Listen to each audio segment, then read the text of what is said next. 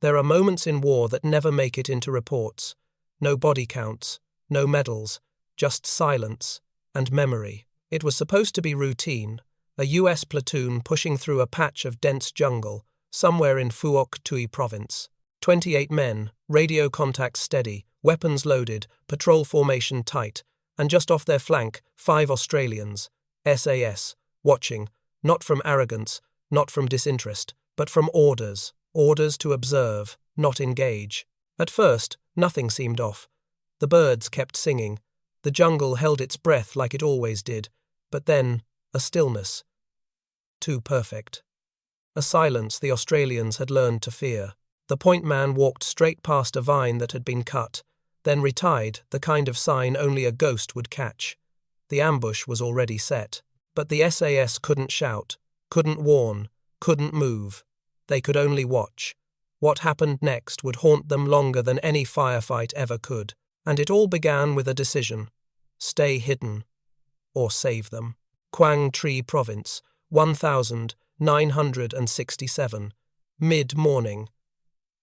The air was thick with moisture and the kind of silence that only meant one thing in Vietnam: something was about to happen. 5 Australian SAS troopers lay motionless in the underbrush, their bodies hidden beneath layers of camouflage, sweat, and red mud. For the past 2 days, they had been shadowing a known Viet Cong movement corridor. No contact, no noise, just signs, cut vines, a half-buried cookfire, fresh dung along a trail. Something big was coming. Then they heard it: boots, American boots. Through the lattice of bamboo and elephant grass, a U.S. infantry platoon appeared, walking 2 abreast, talking in low voices, weapons relaxed but ready. 30 men, standard formation, standard noise, too much noise. The SAS point man raised his fist. A signal. Stop. Now. They didn't stop. The Americans couldn't see them, didn't know they were being watched, but the Australians had seen something else. Movement. Shadows up the ridgeline, a glint of metal, birds going silent, a bamboo leaf that should have been still quivering. It was an ambush, textbook, and the Americans were walking straight into it. Every instinct screamed to act, to yell, to fire a warning shot, to key the radio and break every rule they lived by. But they didn't. To transmit would give away their position. To fire would be suicide. The jungle teaches hard lessons. One of the hardest. Sometimes you must let men die to keep the rest alive. So they lay still, in the shadows, as 30 Americans walked into the kill zone and disappeared behind the curtain of green, and the waiting began. The jungle didn't erupt at once. It whispered first. A faint click. Maybe a mine trigger, then silence again. A second later, hell. Explosions tore through the underbrush ahead as claymores stitched the tree line with steel. Automatic fire from hidden NVA positions thundered down from the ridgeline. The jungle flashed with muzzle fire. Men screamed. Some didn't get the chance. The Australian patrol stayed prone, unmoving. 20 meters behind them, just down the slope, the American platoon was being cut to pieces. Their radios crackled to life, panicked voices overlapping, calling for cover, fire direction, medics. But in that chaos, few heard the Australians, not that they tried.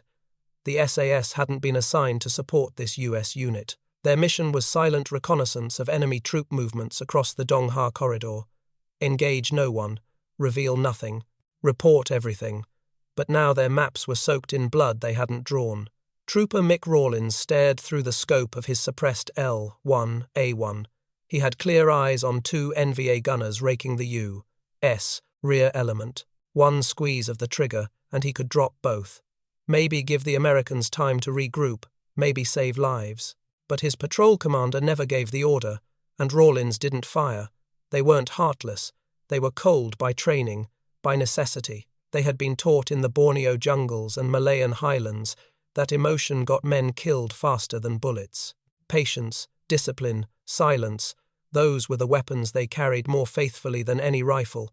Besides, the Americans weren't entirely helpless.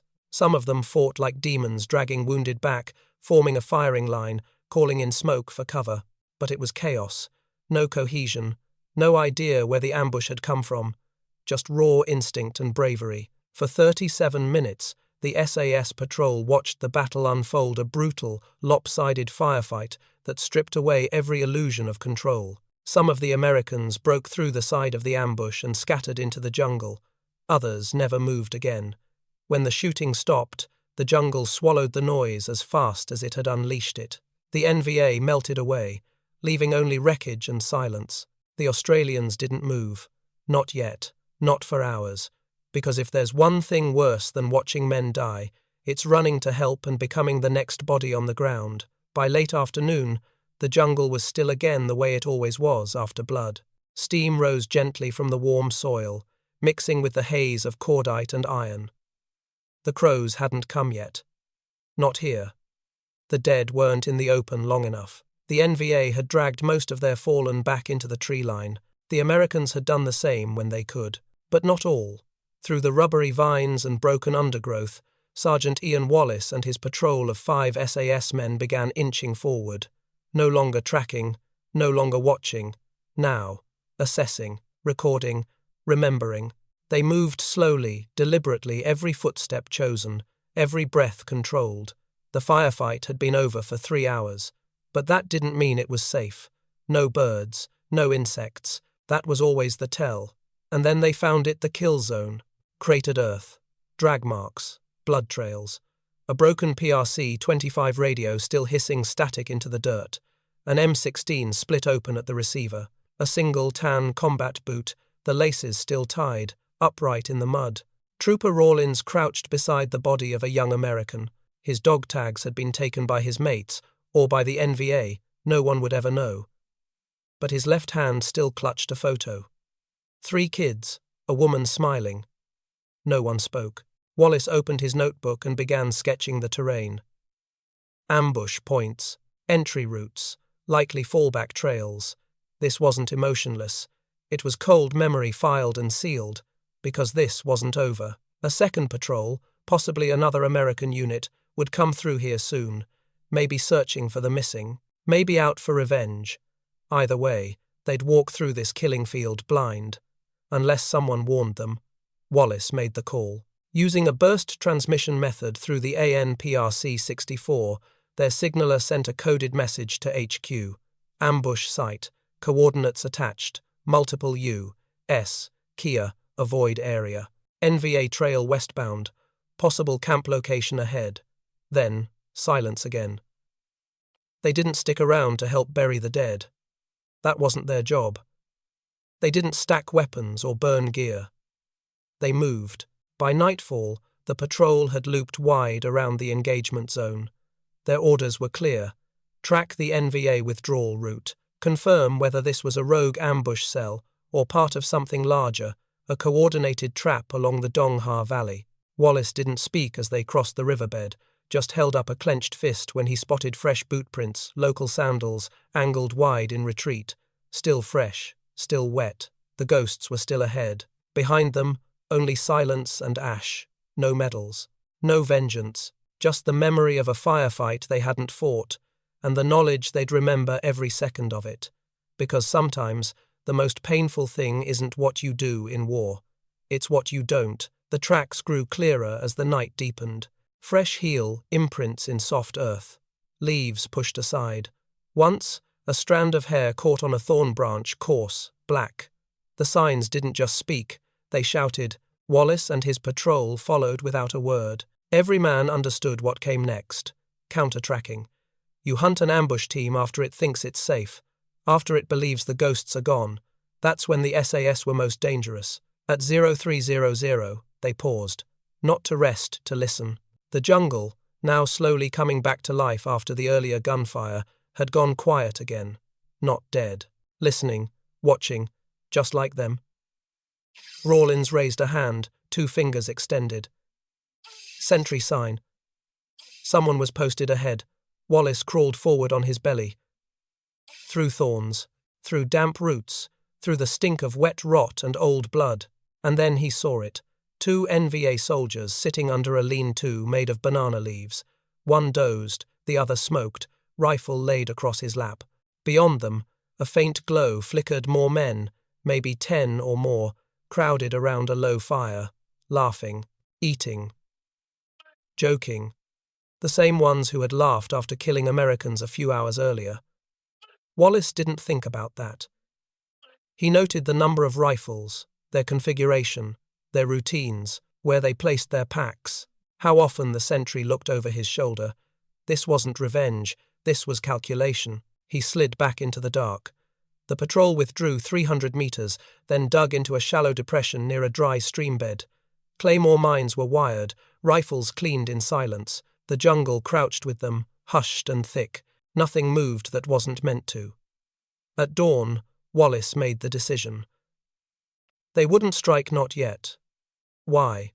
Because the camp was temporary, which meant a larger base had to be nearby. Hit now, and they'd spook the entire column into dispersal. Track longer, and they might find the heart of it. He radioed a single sentence to HQ. Secondary element located. Continuing shadow. They waited until the NVA broke camp. Same direction west, toward the high ground that overlooked the bend of the Dong Ha River. And so the Australians followed. This was the edge of the map now, not in the cartographic sense, but in human limits. 2 days without proper sleep. 3 days of crawling on their bellies. Rotating shifts just to stretch out seized muscles and keep eyes sharp. But no one complained. No one even whispered. Because 5 shadows were now hunting an entire network. And if they got this right, it wouldn't just avenge the fallen Americans. It would dismantle the ambush machine itself. That was how the SAS thought. Not in moments, but in impact. So they followed, deeper into the void, past exhaustion, past doubt, past fear, because somewhere ahead was the beating heart of the ambush, and they weren't going to kill it. They were going to erase it. The 4th day bled into the 5th. Boots stayed damp. Leeches fed where flesh softened. Hunger flickered beneath the ribs like a smouldering ember, but none of it mattered.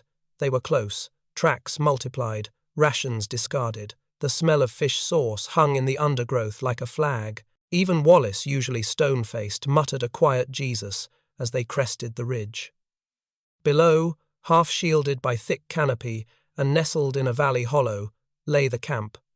Not a squad, not a platoon, a battalion-level logistics node, firing positions dug into the slope, cooking pits arranged with military precision, radio antennae stretched like skeletal fingers skyward, tarp-covered ammo crates, stacks of rice, a medical tent, and figures, dozens of them, moving through the mist like they owned the jungle. This was it. This was the machine that had orchestrated the ambush. Not the shooters, the thinkers, the planners, the officers who sent young men to die with hand-drawn maps and Chinese-made grenades. Wallace lowered his binoculars slowly, expression unreadable. Then, a single nod. The patrol exfiltrated another 300 meters to a hidden observation point and began assembling the intelligence package. Sketches, range estimations, coordinates, call signs heard faintly through intercepted radio chatter. Sparks, the signaller, tapped out bursts of encoded Morse. Every click a whisper sent across the void to HQ. And then they waited. 6 hours. 8. Night fell. Somewhere in the blackness, movement stirred. And then, in the distance, thunder. Not weather. Artillery. The first shell hit at 2,304. An illumination round. Ghost white fire bloomed over the treetops, casting shadows that looked like fleeing spirits. Then came the rest. He-shells slammed into the valley floor, one after another. Precision fire.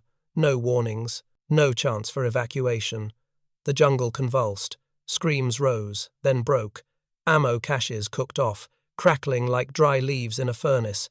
The entire ridgeline pulsed with shockwave after shockwave. Wallace's patrol didn't flinch.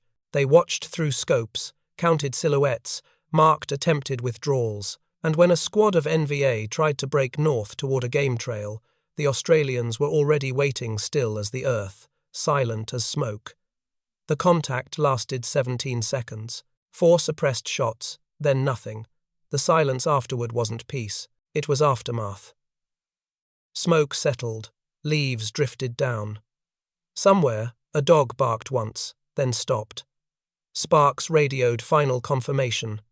Target neutralized. Shadow disengaging. At dawn, they moved. Not through the battlefield, but around it. They had what they came for. The logistics node was gone. The ambush planners were dead. And the machine, that quiet killer behind the lines, had been dismantled without a single SAS casualty. But there was no victory cry. No cheers. Just Wallace turning once, eyes scanning the tree line, like he could still see the ghosts of the Americans who'd been lost days earlier. This wasn't vengeance. This was subtraction. One less network. One less massacre. One step closer to a jungle that might one day fall silent for good. And then, like always, they vanished. Into the trees, into the memory, into the myth. Withdrawal was always the most dangerous phase. You were tired, you were exposed, and if the enemy had any surviving scouts, they'd be searching for the hand that pulled the trigger. Wallace knew that. That's why they didn't take the same route back. They ghosted west, deeper into terrain so dense it swallowed sound. Each man spaced out in a single file, 15 meters apart, moving slow, eyes never blinking too long. By dawn, the air had changed. It wasn't just the smell of smoke drifting in from the flattened camp, it was something older, primal, as if the jungle itself had taken notice of what they'd done. Every snapped twig, every bird call gone silent, felt like a question. Are you sure you're still invisible? But the patrol didn't answer. They just kept moving. Every few hours, they'd pause in staggered intervals, rotating watch. No words, no fire, just water rationed from canteens and calories squeezed from hard biscuits. Equipment checked, retaped, rewrapped. By the second night, no one was speaking, even in hand signals. Fatigue wasn't a burden, it was background noise. What dominated was the mental echo of that ridge, the flashes, the voices, the Americans. Someone, maybe Sparks, started calling them Echo Actual in his notes. Not a name, not even a call sign, just a placeholder for the men they couldn't save. Wallace didn't correct him. On the third morning, they hit a river crossing. The current was fast, muddy. One wrong move, and you'd vanish beneath the surface. Wallace crossed first, then covered the others from the far bank, rifle dry and ready. As Carter, the medic, crossed last, his foot slipped. Only slightly, just a single splash, but it was enough. A shot cracked from the trees. Instinct kicked in. Carter rolled low behind a root cluster. The rest disappeared into firing positions like they'd rehearsed it for years because they had. The next 30 seconds were a blur of suppressed fire and calculated movement. 3 NVA scouts, probably a rear element, maybe looking for the missing column. 2 fell. 1 ran. Wallace didn't chase. That wasn't the mission anymore. They moved out immediately, breaking contact, vanishing into the jungle like fog in sunlight. But it was a warning, a reminder that survival wasn't guaranteed just because you'd earned it. By the 4th day, the signal came from HQ. Green light. Exfil confirmed. A slick came in low, blades muffled, insertion route reused in reverse. They boarded in silence, ducking under rotor wash, eyes scanning the canopy even as the jungle fell away beneath them. And only when the chopper was airborne, only when the green faded to brown and the heat gave way to altitude, did Wallace finally exhale. Carter sat across from him, clutching a strip of bandage where the bullet had grazed his thigh. He grinned. Next time, we let the Yanks bring their own map. No one laughed, but someone nodded, and for that moment, it was enough. They were going home, not to parades, not to headlines, but to the quiet barracks, where boots dried slow, rifles stayed clean, and stories weren't told. Not yet, not ever, not unless someone asked the right question in the wrong kind of silence.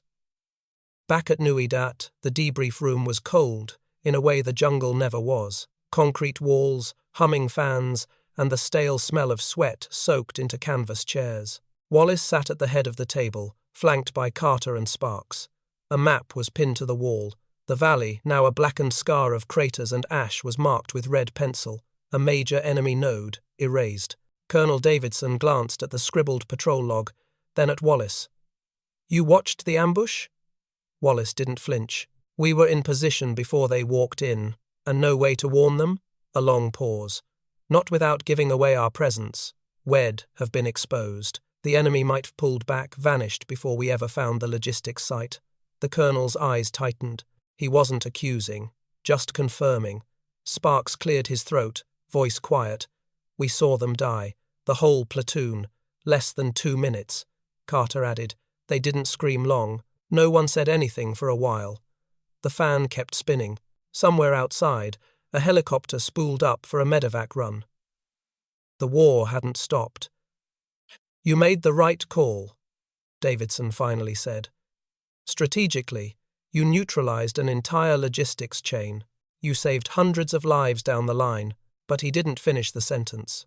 He didn't have to, because everyone in that room already knew what had been left on the jungle floor with those American dead, the price of restraint, the weight of patience. Wallace nodded once, stood, and left without another word. Later that night, in the barracks, the men drank in silence. No victory to celebrate, but something heavier to carry. Dawson finally broke it. Those Yanks, they never saw it coming. Wallace just looked at him. No one ever does. The conversation ended there. But weeks later, when another American platoon rotated into their sector, a young lieutenant approached Wallace during a joint briefing. "You're the SAS team from Phuoc Tuy," he said. "We heard what happened. That patrol, it was my brother's unit." Wallace stared at him. The young officer didn't blink. "I don't blame you," the lieutenant said. "They walked into something no one saw coming. But the fact you got the bastards that planned it, that means something." Wallace said nothing. But as the lieutenant turned to leave, he placed a single patch on the table, an American unit insignia, the one worn by the platoon that never came home. "For your trouble," the officer said. Wallace didn't touch it, just stared. Like maybe, one day, he'd have the words for what it meant. But not yet. Maybe not ever. Years later, when the war was over and the uniforms packed away, Sergeant Wallace never spoke about what happened in that jungle. Not to reporters, not to veterans groups, not even to his own family. He kept the American unit patch in an old ammo tin under his bed, still folded, still untouched. By then, the story had grown in whispers. Younger SAS troopers heard rumors. A patrol that had seen it coming, had known, had stayed quiet. Some thought it was myth. Others weren't so sure. But Wallace never confirmed it, because phantoms don't brag. The war had ended, but not cleanly, not in the hearts of men who walked those trails and heard gunfire like echoes that never fully faded. The jungle let them leave, but never truly let them go. Carter drank himself into silence by the 80 seconds. Sparks became a schoolteacher, telling students about geography but never about the valley with the craters. Dawson moved to the outback, far from noise, where birdsong didn't sound like warning. Wallace just disappeared, not physically, but in the way veterans often do, quiet in crowds, slow to anger, slower to trust. He worked security jobs, lived alone. Once, at a reunion, a young soldier asked what it was like to be the best. Wallace only answered, "It means you watch people die and can't stop it." That ended the conversation. What most never understood was that the patrol didn't carry guilt. Not exactly. They had made the right decision. Strategically, tactically. By the numbers, their mission was a success. But numbers don't sit with you in the dark. Memory does. The Americans wrote doctrine about firepower. The Australians wrote doctrine about patience. But what no manual captured was the weight of knowing, of watching and choosing not to act, because that silence brought a larger victory. The war taught Wallace one thing: the jungle never punishes mistakes. It punishes noise. It punishes certainty. It punishes those who think they understand it. The SAS had survived by listening longer, waiting quieter, moving less. But even they couldn't silence the moral math of moments like that. And still, decades later, when a bird stopped singing or a branch cracked underfoot, Wallace's body tensed. Not from fear, from instinct. Some ghosts never leave the canopy. In an oral history project, a retired American colonel once remarked, "The Australians? They were different. Moved like the war had already happened and they were just cleaning up the mess." He wasn't far off. Because in that war, some men charged forward. Others disappeared into the trees. But only a few ever saw both paths, saw what was coming and stayed absolutely still. Not out of cowardice, but out of cold, brutal clarity. That's what made them phantoms. Not invisibility, not myth. Just the unbearable silence of men who knew what was coming and walked into it anyway, and didn't talk about it when they came home.